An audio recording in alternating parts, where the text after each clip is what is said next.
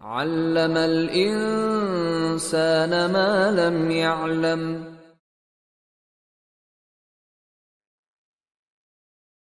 حالات آپ کے سامنے رکھے گئے.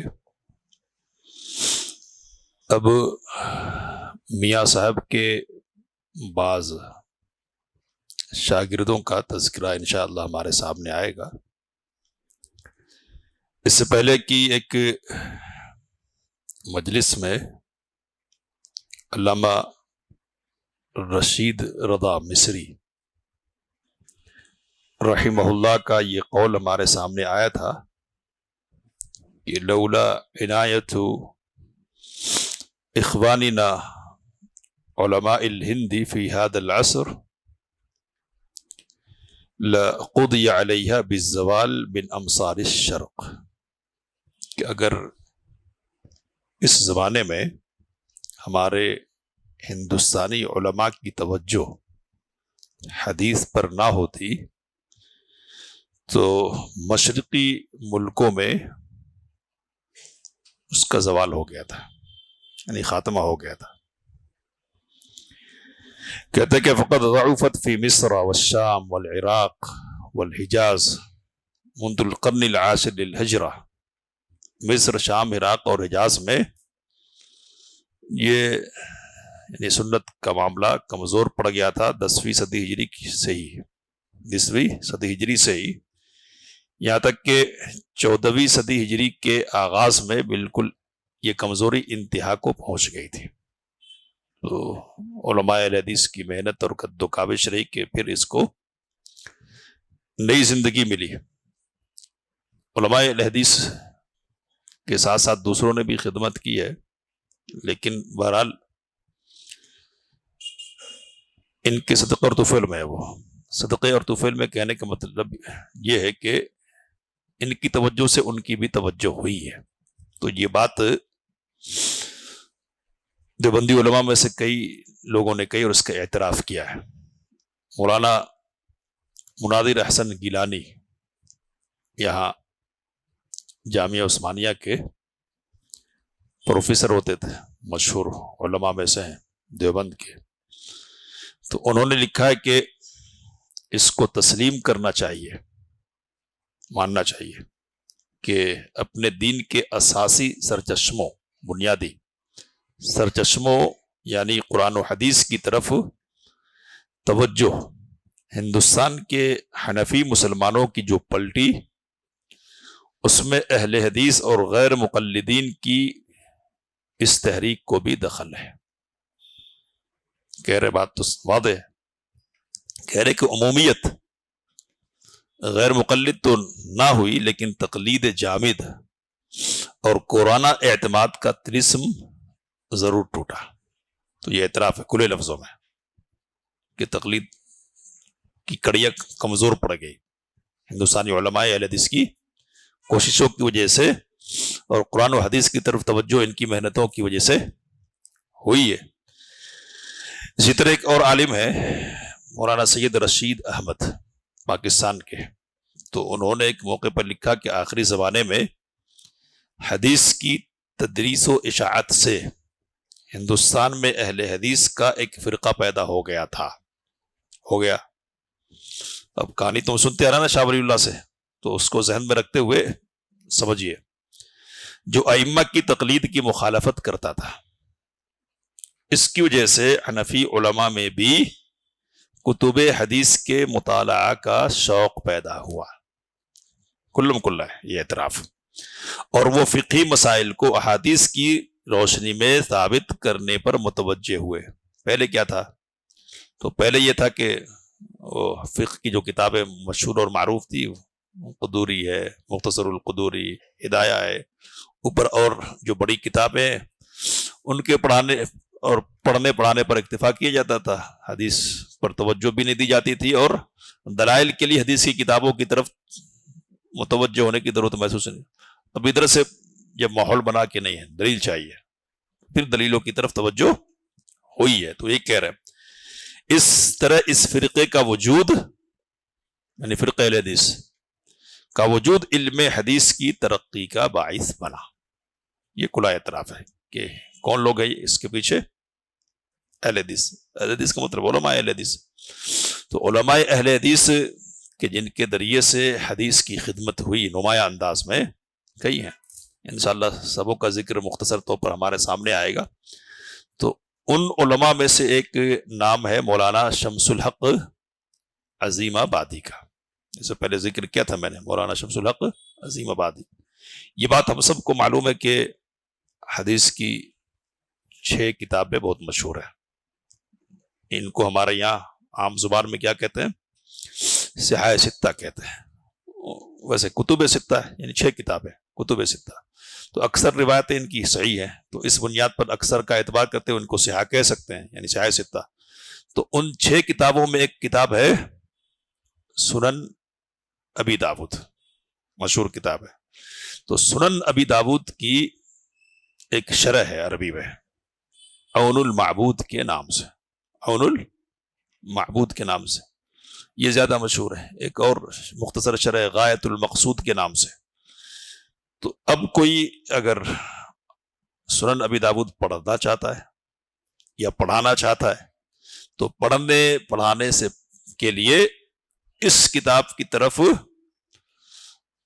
رجوع کرنا ہی پڑتا ہے, شرح کی طرف ہے نا. اور علماء جس وقت کے عرب بڑے بڑے علماء ہیں تو تشریح میں بڑے اونچے الفاظ میں کہتے ہیں قال العظیم آبادی. کیا کہتے ہیں؟ قال العظیم آبادی. اب ہم یہاں کیا کہتے ہیں؟ شیخ البانی رحمہ اللہ نے کہا کہتے ہیں. اس کی شرح کرتے ہوئے شیخ البانی نے کہا, اس کی شرح میں یہ کہا. شیخ ابن عثیمین رحمہ اللہ نے کہا کہتے. تو حدیث کی شرح وغیرہ کے حوالے سے بطور خاص ابو داود کی جب بات آئے گی تو ذکر کرتے ہیں عرب علماء ان کا. قال العظیم آبادی, اور کبھی کہتے قال الدیانوی. الدیانوی ہے نا. تو یہ جو عین المعبود ہے اس کے لکھنے والے کون ہیں؟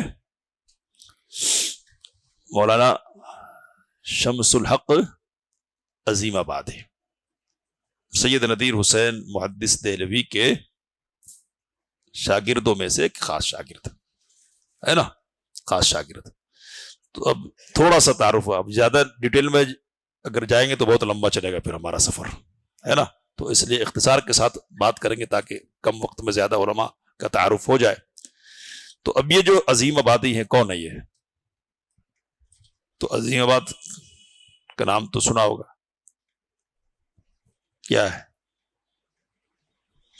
تو بہار کا شہر پٹنہ ہے, راجدھانی. اس کا پورا نام ہے پاٹلی پترا. اشوک جو بڑا گزرا نا اشوکا جس کا چنھ نشان رہتا, تو اس کی راجدھانی ہوتی تھی پاٹلی پتر.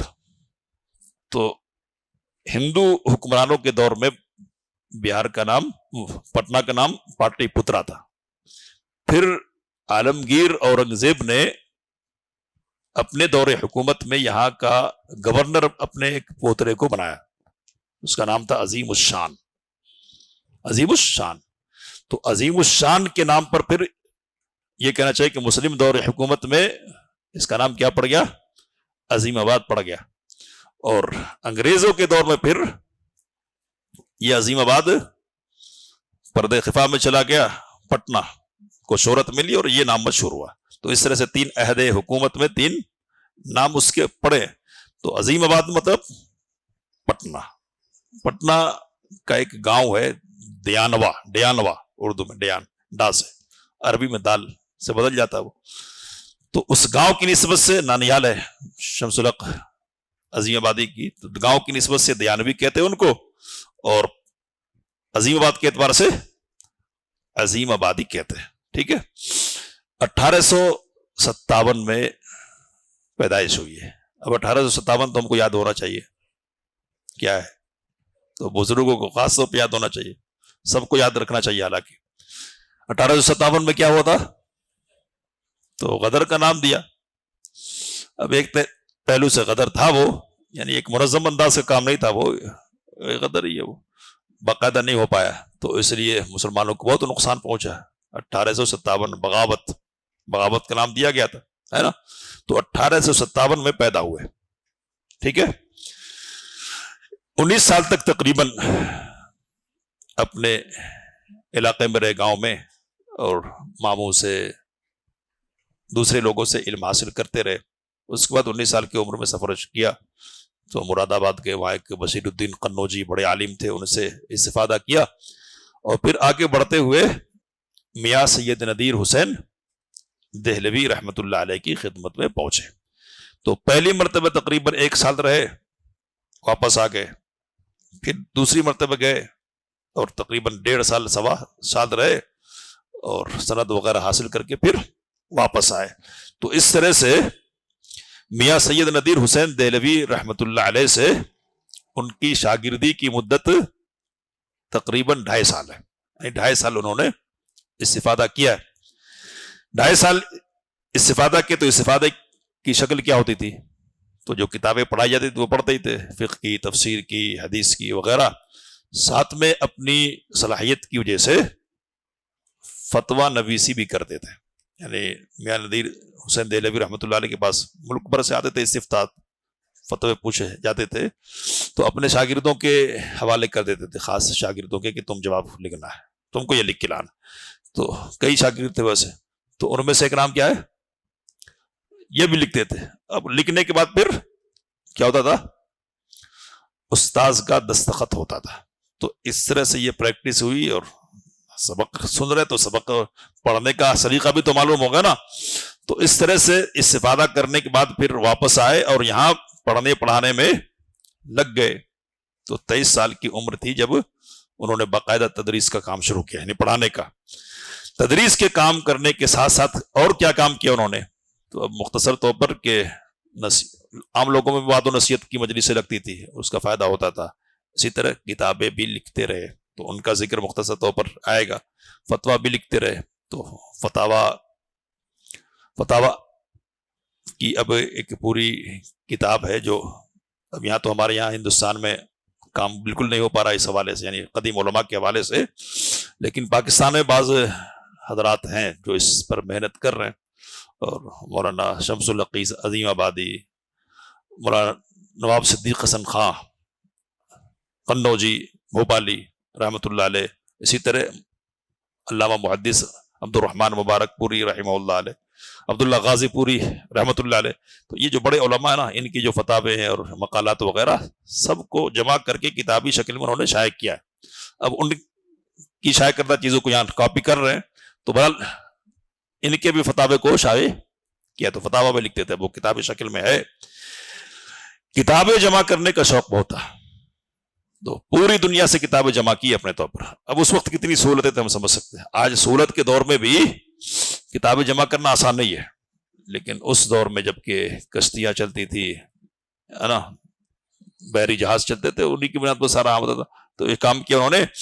اور حدیث کی کتابوں کی اشاعت بھی انہوں نے کی، یعنی کتابیں چھاپی بھی۔ تو اس زمانے میں چھاپنا آسان تو نہیں تھا نا، اتنے وسائل کہاں تھے، تو ہاتھ سے لکھنا، کتابت کرنا، پھر مخصوص انداز میں پرنٹنگ کے لیے دینا۔ تو اس طرح سے 6 کام کرتے رہیے۔ کون؟ علامہ شمس الحق عظیم آبادی رحمت اللہ علیہ۔ صرف 56 سال کی عمر پائی، تو مختصر عمر بہت زیادہ نہیں ہے یہ، کتنے؟ 56 سال۔ لیکن اس مختصر عمر میں کتابیں بہت ساری چھاپی، علامہ ابن القیم رحمہ اللہ کی، امام ابن تیمیہ کی کتابیں چھاپی ہے۔ تو کتابیں چھاپنے کے حوالے سے کہانی سنائی تھی ہمارے شیخ ظفر اللہ حسن مدنی رحمہ حفظہ اللہ نے، تو وہ انشاءاللہ میں علامہ نواب صدیق حسن قنوجی کے حوالے سے آپ کے سامنے رکھوں گا، کہ کتابوں کی اشاعت کے سلسلے میں بھی اولیات حاصل ہے علماء اہل حدیث کو، اور چھاپنے کے سلسلے میں کہ اپنے پیسے سے منگوانا، پھر علماء کو ہدیے کے طور پر دینا، مختلف علاقوں میں بھیجنا، یہ کام ہوتا تھا۔ تو نواب صدیق حسن خان اس سلسلے میں نمایاں ہے، لیکن شمس الحق عظیم آبادی رحمۃ اللہ علیہ نے بھی یہ کام کیا ہے۔ اب نواب صدیق حسن خان تو ایک چھوٹی مملکت کے مالک ہے نا، ان کی جو اہلیہ تھی وہاں کی والیہ تھی، یعنی بھوپال کی، ریاست بھوپال کی، تو ان کو تو اس حوالے سے سہولت ہے۔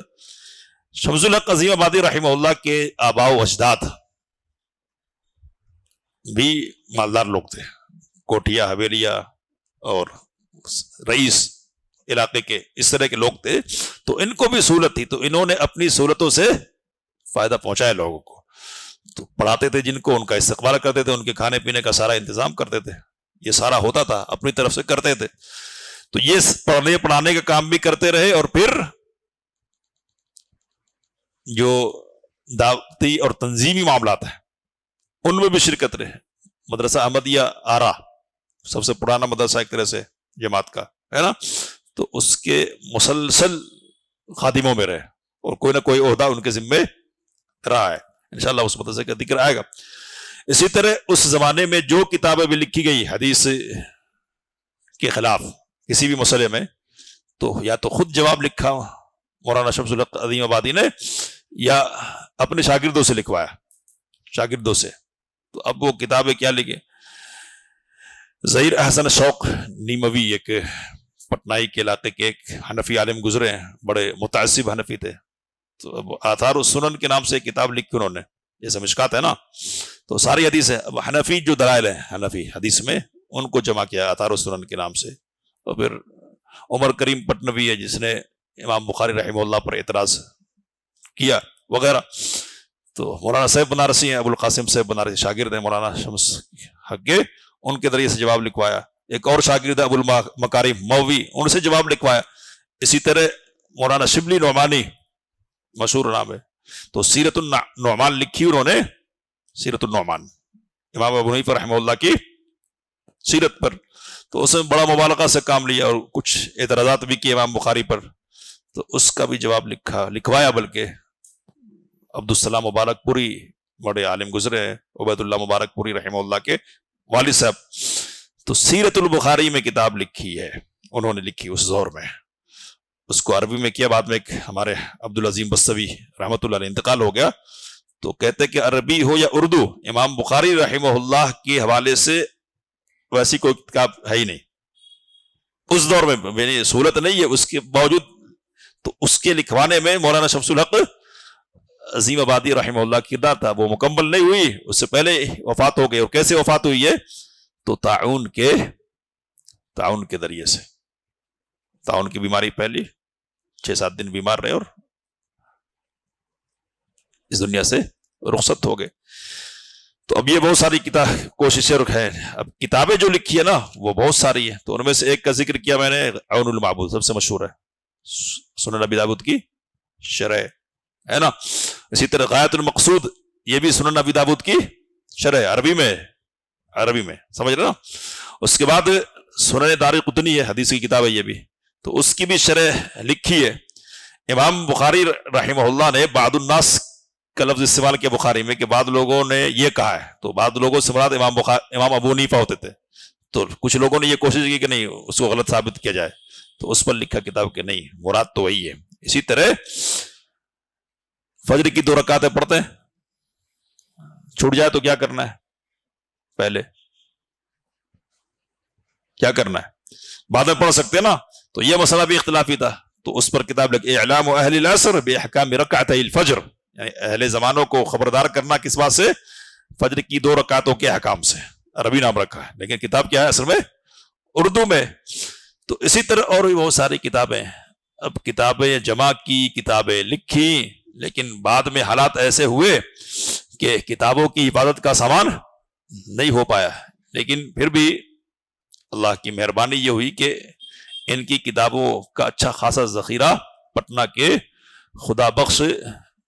خدا بخش لائبریری میں محفوظ کر دیا گیا، اور باقاعدہ ایک سیکشن اب بھی بنا ہوا ہے، اور اس میں لکھا ہے کہ یہ ڈیانوا جو بستی ہے نا مولانا شمس الحق عظیم آبادی رحمہ اللہ کی، تو وہاں کا کلیکشن آف ڈیانوا کے نام سے، تو بہت ساری کتابیں جو ان کی لائبریری میں تھے اس طرح سے محفوظ ہیں، اور مکتوبات جو خطوط لکھے نا علماء کے نام یا ان کے نام خطوط لکھے گئے، تو ان کو بھی محفوظ کر رکھا ہے خدا بخش لائبریری میں۔ تو اس طرح سے شخصیت اس حوالے سے محفوظ ہے۔ اور بات سیدھی یہ ہے کہ سنن ابی داؤد اگر زندہ ہے